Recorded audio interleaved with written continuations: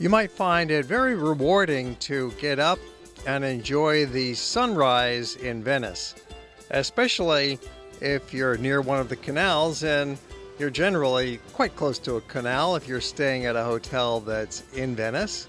Here we're at the Grand Canal near the train station at the station bridge, and there's a couple of coffee shops that are just getting opened up. It's about 6:30 in the morning, and people are eager to get their caffeine fix. And then we have breakfast at the hotel and step out for a morning walk.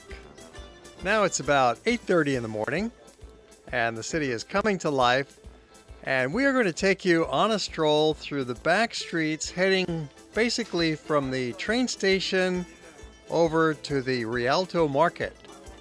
And we're going to do it in these little lanes that most tourists would never see.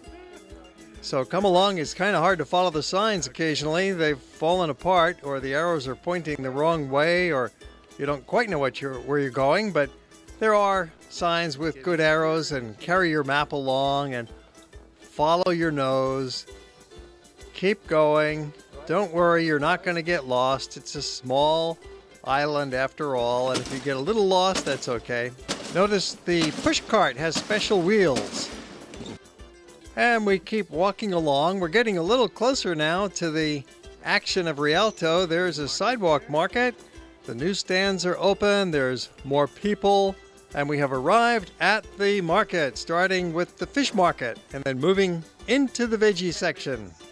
It's very much the center of Venice. It's the oldest part of town, and it has this very colorful morning market. It's open every day except Sunday, right through the lunch hour. And it's a great place to come even if you're not hungry, just to have a look around and soak up the sights and the colors. Just by the Rialto market are some pretty good places to buy souvenirs, especially from these portable sidewalk stands.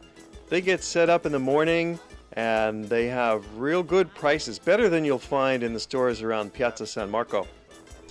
These are just next to the Rialto market, and it's a great place to get some good prices and a good variety on things like t-shirts. That's one of the most popular items.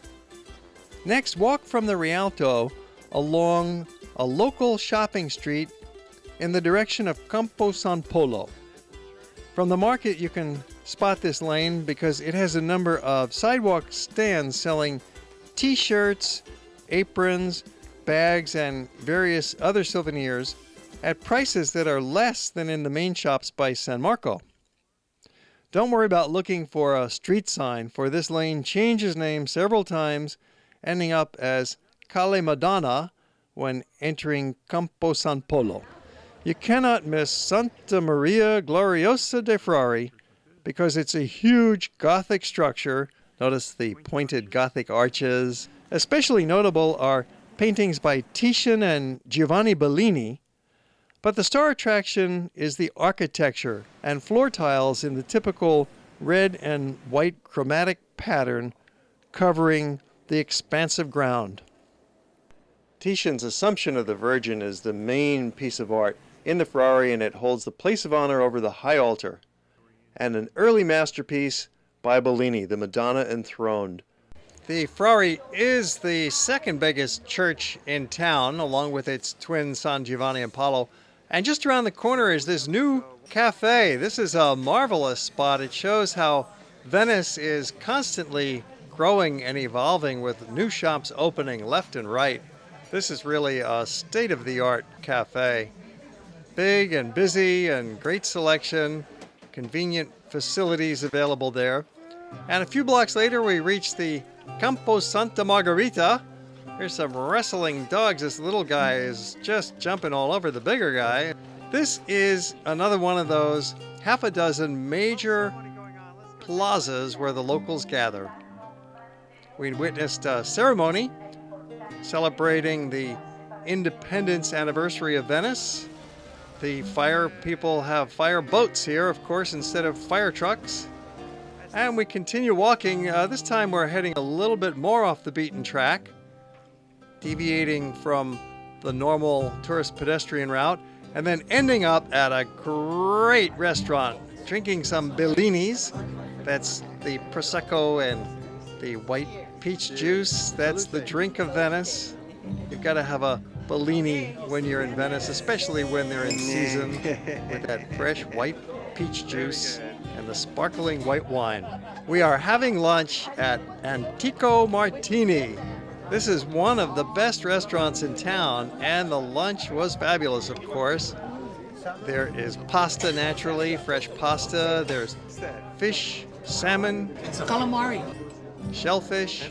The noodles are wonderful here. It's a simple presentation, typical of Italy. You have a relatively small plate of pasta and a simple sauce, or maybe a lobster sauce, or a lasagna. Antico Martini is outstanding, and it's a bit pricey at dinner time, but this lunch was very affordable. It cost about $20 per person for a plate, and you get the bread with that, and the water, and the service, and everything. That was well worth it for gourmet food. That really recharged us, and now we're ready for some more walking. You're always walking in Venice. You can't catch a taxi, but there's plenty to see as you walk along past these beautiful shop fronts. There's bead stores and fine art galleries. There's little bookstores. There are tremendous amounts of things for sale. And here's a rummage sale in the Campo Santa Maria Formosa. This is another one of the major gathering spots of the city. Well, now we're heading back along the big busy boulevard, the Strada Nova. And this is the big street. It's the biggest street in town. Look at this crowd. And it's rather straight, unlike every other street in town. This is the Strada Nova that leads to the train station. And this is a street that's of interest as well. Now, the little back alleys that we're showing you in the program are always wonderful to walk on, but so is the big busy highway. Why not? Check out the full range that Venice has to offer.